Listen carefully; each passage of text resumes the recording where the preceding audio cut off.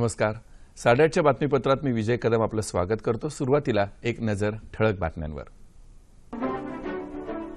देशांतर्गत दडवलेला काळा पैसा उघड करण्यासाठीच्या केंद्र सरकारच्या योजनेला आजपासून प्रारंभ.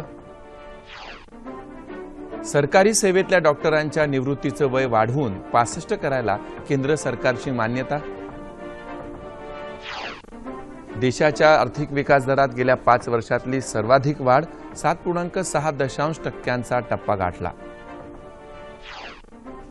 महाराष्ट्रात दुष्काळामुळे झालेल्या रब्बी पिकांच्या नुकसानीसंदर्भात केंद्राचं पथक आजपासून 3 दिवसांच्या पाहणी दौऱ्यावर. आणि कुस्तीपटू सुशील कुमारच्या याचिकेवर आज दिल्ली उच्च न्यायालयात सुनावणी. नमस्कार आणि सविस्तर वृत्त. देशात काळा पैसा बाळगणाऱ्यांना तो कायदेशीर करून घेण्यासाठी केंद्र सरकारनं सुरू केलेल्या योजनेला आजपासून प्रारंभ होतोय. देशांतर्गत काळा पैसा दडवणाऱ्यांना सरकारनं ही संधी देऊ केली असून या योजनेचा कालावधी 4 महिन्यांचा असणार आहे. या योजनेनुसार काळा पैसाधारक संस्था अथवा व्यक्तीला काळा पैशावरील कर आणि दंड मिळून 45% रक्कम भरावी लागणार आहे. मात्र भ्रष्ट मार्गांनी पैसा जमा केलेल्यांना या योजनेचा लाभ मिळणार नाही. उत्पन्न जाहीर करण्याच्या योजनेनुसार संस्था अथवा व्यक्तीला बेहिशेबी संपत्ती, कर, दंड आणि जास्त आकार मिळून एकूण 45% रक्कम 30 सप्टेंबरपर्यंत भरावी लागेल. ही योजना 30 सप्टेंबरपर्यंत चालू राहणार आहे. सरकारी डॉक्टरांच्या निवृत्तीचं वय वाढवून 65 वर्ष करायला केंद्र सरकारनं मान्यता दिली आहे. यामुळे अनुभवी डॉक्टरांना सेवेत अधिक काळ सामावून घेऊन त्यांच्या नैपुण्य आणि अनुभवाचा लाभ सार्वजनिक आरोग्य क्षेत्राला दीर्घकाळासाठी मिळू शकेल. सरकारी सेवेतल्या डॉक्टरांच्या निवृत्तीचं वय 62 वरून 65 करण्याची घोषणा पंतप्रधान नरेंद्र मोदी यांनी गेल्या आठवड्यात सहारणपूर इथं केली होती. या निर्णयामुळे देशातलं आरोग्य क्षेत्र अधिक सक्षम आणि मजबूत करण्यासाठी सरकारला नक्कीच सहाय्य होईल असा विश्वास केंद्रीय आरोग्य मंत्री जे.पी. नड्डा यांनी व्यक्त केला. देशात निष्णात डॉक्टरांची चणचण भासू नये या दृष्टीनं घेतलेल्या निर्णयाचं स्वागत होत आहे असंही त्यांनी सांगितलं. भारतीय अर्थव्यवस्थेनं 2015-16 आर्थिक वर्षाच्या चौथ्या तिमाहीत एकूण राष्ट्रीय उत्पादनात गेल्या 5 वर्षातली मजबूत वाढ नोंदवून विकासाची गती अधिक वेगवान केली आहे. चौथ्या तिमाहीत जीडीपी अर्थात एकूण राष्ट्रीय उत्पादनात 7.9% वाढ झाल्यानं 2015-16 या संपूर्ण वर्षासाठी हा दर 7.6% इतका नोंदला गेला आहे. कारखानदारी, कृषी, खाणकाम, वीज, गॅस, पाणीपुरवठा आणि इतर काही क्षेत्रातला विकास दर उच्च राहिल्यानं ही वाढ नोंदवता आल्याचं केंद्रीय सांख्यिकी विभागानं जारी केलेल्या आकडेवारीतून स्पष्ट होत आहे. राज्यात दुष्काळामुळे झालेल्या रब्बी हंगामातल्या पिकांच्या नुकसानीची पाहणी करण्याकरता केंद्र सरकारचं एक पथक आजपासून 3 दिवसांच्या राज्याच्या दौऱ्यावर येणार आहे. हरभरा, ज्वारी आणि गहू यासारख्या रब्बी पिकांना झालेल्या नुकसानाची पाहणी करण्याकरता 8 सदस्यांचं हे पथक मुख्यतः विदर्भ आणि मराठवाड्यातल्या दुष्काळग्रस्त भागांना भेट देईल. पावसानं ओढ दिल्यानं रब्बी हंगाम शेतकऱ्यांच्या हातून निघून गेला. अशा परिस्थितीत राज्य सरकारनं रब्बी हंगामासाठी केंद्र सरकारकडे 2,251 कोटी रुपयांचं अतिरिक्त अर्थसहाय्य तर खरीप हंगामातल्या नुकसानासाठी 2,071 कोटी रुपयांची मदत मागितली आहे. खरीपातल्या नुकसानीपोटी केंद्र सरकारनं राज्याला याआधीच 3,049 कोटी रुपयांच्या आर्थिक सहाय्याला मंजुरी दिली आहे. राज्यसभेच्या आणि राज्य विधान परिषदेच्या निवडणुकांसाठी भाजपच्या उमेदवारांनी मुंबईत काल आपले अर्ज दाखल केले. मुख्यमंत्री देवेंद्र फडणवीस आणि भाजपचे प्रदेशाध्यक्ष रावसाहेब दानवे हे याप्रसंगी उपस्थित होते. राज्यसभेसाठी भाजपचे राष्ट्रीय उपाध्यक्ष डॉक्टर विनय सहस्त्रबुद्धे आणि डॉक्टर विकास महात्मे यांनी आपले उमेदवारी अर्ज काल दाखल केले.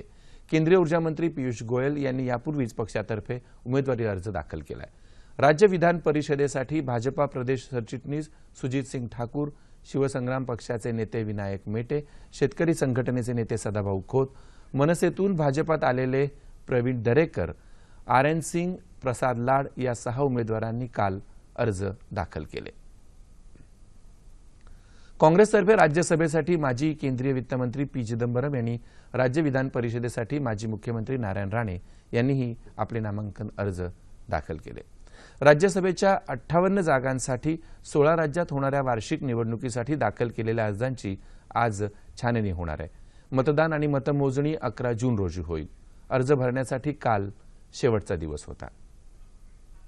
पुण्यश्लोक अहिल्यादेवी होळकर यांचं जन्मगाव असलेल्या अहमदनगर जिल्ह्यातल्या चौंडी गावाच्या सर्वांगीण विकासासाठी राज्य शासन कटिबद्ध आहे, असं ग्रामविकास मंत्री पंकजा मुंडे यांनी म्हटलंय। अहिल्यादेवी होळकर यांच्या 291व्या जयंतीनिमित्त आयोजित कार्यक्रमात ते काल अहमदनगर इथं बोलत होत्या।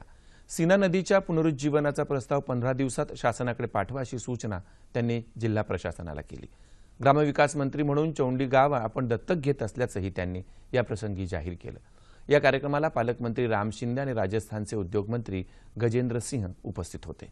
सोलापूर विद्यापीठाला लवकरच पुण्यश्लोक अहिल्यादेवी होळकर यांचं नाव देण्यात येईल असं शिंदे यावेळी म्हणाले। इशरत जहा बनावट चकमक खटल्यासंदर्भातल्या हरवलेल्या कागदपत्रांचा संबंधित तपास समितीने शोध घ्यावा अशी मागणी माजी केंद्रीय वित्तमंत्री पी चिदंबरम यांनी केली आहे। काल मुंबईत काँग्रेसच्या गांधी भवनात घेतलेल्या एका पत्रकार परिषदेत ते बोलत होते। वस्तू आणि सेवा कर विधेयकाबाबत काँग्रेसने घेतलेल्या 3 आक्षेपांबाबत केंद्र सरकारने अद्याप स्पष्टीकरण दिलेलं नाही आणि आमच्याशी चर्चाही केलेली नाही असंही त्यांनी सांगितलं। राज्याचे महसूल मंत्री एकनाथ खडसे यांच्यावर झालेले आरोप पाहता त्यांनी राजीनामा देणं योग्य ठरेल असं राज्याचे माजी मुख्यमंत्री नारायण राणे यांनी या पत्रकार परिषदेत व्यक्त केलं। माजी विद्यार्थ्यांच्या ज्ञानाचा अनुभवाचा शैक्षणिक संस्थांनी फायदा करून घ्यावा आणि अभिमानास्पद कामगिरी करून दाखवावी असं प्रतिपादन संरक्षण मंत्री आणि संरक्षण खात्याच्या डिफेन्स इन्स्टिट्यूट ऑफ ॲडव्हान्स टेक्नॉलॉजीचे कुलपती मनोहर पर्रिकर यांनी केलं। पुण्यात काल डिफेन्स इन्स्टिट्यूटचा 8वा पदवीदान दीक्षांत समारंभ झाला तेव्हा ते बोलत होते। यावेळी 29 जणांना विद्यावाचस्पती, 8 जणांना संशोधनातील MS आणि प्रावीण्य मिळवलेल्या विद्यार्थ्यांना M.Tech या पदवीनं गौरवण्यात आलं। तसंच 13 जणांना सुवर्ण पदक प्रदान करण्यात आली।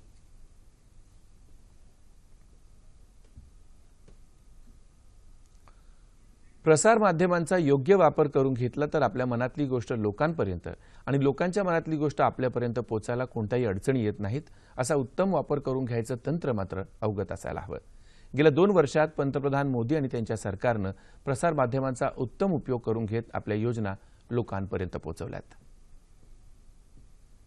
लोकांच्या अडचणी, तक्रारी आणि त्यांनी सुचवलेले उपाय याद्वारे जनतेशी जो संपर्क साधला जातो आहे, यासाठी केंद्र सरकार प्रसार माध्यमांचा खूप चांगला उपयोग करून घेत आहे। अमेरिकेचे राष्ट्रपती बराक ओबामांच्या भारत भेटीची गोष्ट असो व मन की बात मधून जनतेच्या प्रश्नांना दिलेली उत्तरं असो, पंतप्रधान प्रसार माध्यमांद्वारे सतत लोकांशी संवाद साधत असतात। त्यांच्या याच गोष्टीचं अनुकरण इतर मंत्रीही करू लागले आहेत। ई गव्हर्नन्सचं स्वप्न पूर्ण होण्याकरता काही मंत्रालयांनी ट्विटर सेवा सुद्धा उपलब्ध केली आहे, ज्याच्यामुळे कोणत्याही विभागाला किंवा मंत्रालयाला येणाऱ्या अडचणी आणि समाधान सरकारला लगेच समजून येत आहे। अडचणीत सापडलेल्या अनेकांच्या समस्या ट्विटरमुळे समजल्या आणि त्यांना त्वरित मदतही करण्यात आली। स्वच्छ Bharat mission, selfie with daughter असे अनेक उपक्रम पंतप्रधानांनी ट्विटरद्वारे सुरू केले।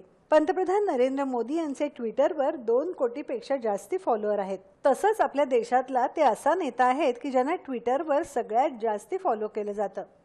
माहिती तंत्रज्ञान आणि महाजाल क्षेत्राची विशेष आवड असणाऱ्या पंतप्रधानांनी गेल्या 2 वर्षात जनतेशी संवाद साधण्याकरता सातत्याने मीडियाचा वापर केला। mygovernment.in हे असं एक संकेतस्थळ आहे आणि मोबाईल ॲप आहे की ज्याच्याद्वारे लोकांनी सरकारच्या विविध योजनांसाठी आपल्या सूचना आणि प्रस्ताव दिले, बोधचिन्ह आकाराला आली आणि यासाठी अनेकांना सन्मानितही करण्यात आलं। फेसबुक असो, ट्विटर असो, लिंक्डइन, इंस्टाग्राम किंवा चीनची सोशल मीडिया साईट वायबो असो, प्रधानमंत्री मोदी सर्वच प्रसार माध्यमांमध्ये सक्रिय आहेत आणि अनेक वेगवेगळ्या भाषेतील लोकांशी सरळ जोडले गेले आहेत। पंतप्रधानांखेरीज अनेक मंत्री वेळोवेळी टॉकेथॉनच्या द्वारे लोकांच्या संपर्कात येतात आणि त्यांच्या प्रश्नांना उत्तरही देतात। सरकारने केलेले प्रयत्न आणि योजना लोकांपर्यंत पोहोचाव्यात यासाठी सरकारने अनेक मोबाईल ॲप बनवले, ज्याद्वारे लोकांना या योजनांची माहिती मिळून ते या योजनांचा लाभ घेऊ शकतात। मोदी सरकारच्या या साऱ्या प्रयत्नांमुळे शासकीय कामकाजात पारदर्शकता आली आहे आणि लोकांचा सरकारवरील विश्वास वाढण्यास मदत झाली आहे। समाजातली एकता दृढ करण्यासाठी युवकांनी खरा मानवतावादी धर्म स्वीकारण्याची गरज आहे असं मत अंधश्रद्धा निर्मूलन समितीचे राज्य कार्याध्यक्ष अविनाश पाटील यांनी व्यक्त केलं। साने गुरुजींची कर्मभूमी असलेल्या जळगाव जिल्ह्यातल्या अमळनेर शहरात आयोजित केलेल्या खानदेश स्तरीय 8व्या युवा श्रमसंस्कार छावणी शिबिराच्या समारोप प्रसंगी ते काल बोलत होते। हा कार्यक्रम साने गुरुजी कर्मभूमी स्मारक प्रतिष्ठानने आयोजित केला होता। युवा वर्गाने मानवीय दृष्टिकोनाचा अंगीकार केला तर साने गुरुजींना अभिप्रेत असलेला एकसंध समाज निश्चितच निर्माण होईल असा विश्वास अविनाश पाटील यांनी व्यक्त केला। 6 दिवसांच्या या शिबिरात जळगाव, धुळे आणि नंदुरबार जिल्ह्यातले 300 युवक युवती सहभागी झाले होते। सामाजिक बांधिलकी जपून आणि सामान्य माणसाला नजरेसमोर ठेवून ज्येष्ठ पत्रकार ग जाधव यांनी त्यांच्या काळात केलेली पत्रकारिता आजच्या पत्रकारांनी जपली पाहिजे असं मत ज्येष्ठ पत्रकार रामभाऊ जोशी यांनी व्यक्त केलं। मुंबई मराठी पत्रकार संघाने आयोजित केलेला पुढारीकार ग जाधव पत्रकारिता पुरस्कार रामभाऊ जोशी यांना माजी केंद्रीय मंत्री सुशीलकुमार शिंदे यांच्या हस्ते काल प्रदान करण्यात आला। त्यावेळी जोशी यांनी आपलं मनोगत व्यक्त केलं। महाराष्ट्रातल्या पत्रकारांनी मोठ्या प्रमाणावर सामाजिक प्रबोधन केलं असून त्यामुळे देशालाही सामाजिक प्रतिष्ठा लाभली आहे असं सुशीलकुमार शिंदे या प्रसंगी म्हणाले। रामभाऊ जोशी यांनी नेहमीच पत्रकारितेचं पावित्र्य जपलं। दर्पणकार बाळशास्त्री जांभेकर यांना अभिमान वाटावा अशी पत्रकारिता रामभाऊंनी केली असे गौरवोद्गार शिंदे यांनी काढले।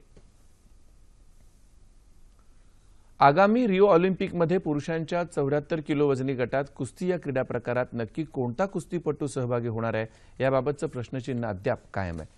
कुस्तीपटू नरसिंग यादव यांना या गटामध्ये ऑलिम्पिक कोट्याअंतर्गत स्थान मिळवलंय, मात्र कुस्तीपटू सुशील कुमारनं या निर्णयाला आव्हान दिलंय।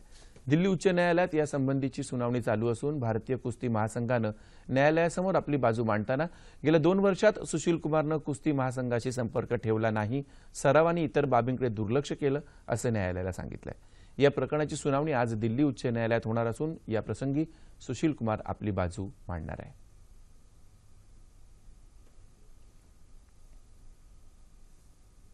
आणि आता हवामान वृत्त। येत्या 24 तासात मुंबई आणि आसपासच्या परिसरात काही ठिकाणी मेघगर्जनेसह हलक्या स्वरूपाचा पाऊस पडण्याची शक्यता आहे। या काळात कोकण, मध्य महाराष्ट्र, मराठवाडा आणि विदर्भात तुरळक ठिकाणी पाऊस पडेल असा अंदाज हवामान विभागानं वर्तवलाय। शेवटी ठळक बातम्या पुन्हा एकदा। देशांतर्गत दडवलेला काळा पैसा उघड करण्यासाठीच्या केंद्र सरकारच्या योजनेला आजपासून प्रारंभ। सरकारी सेवेतल्या डॉक्टरांच्या निवृत्तीचं वय वाढवून 65 करायला केंद्र सरकारची मान्यता। देशाच्या आर्थिक विकास दरात गेल्या 5 वर्षातली सर्वाधिक वाढ 7.6% टप्पा गाठला। महाराष्ट्रात दुष्काळामुळे झालेल्या रब्बी पिकांच्या नुकसानीसंदर्भात केंद्राचं पथक आजपासून 3 दिवसांच्या पाहणी दौऱ्यावर। आणि कुस्तीपटू सुशील कुमारच्या याचिकेवर आज दिल्ली उच्च न्यायालयात सुनावणी।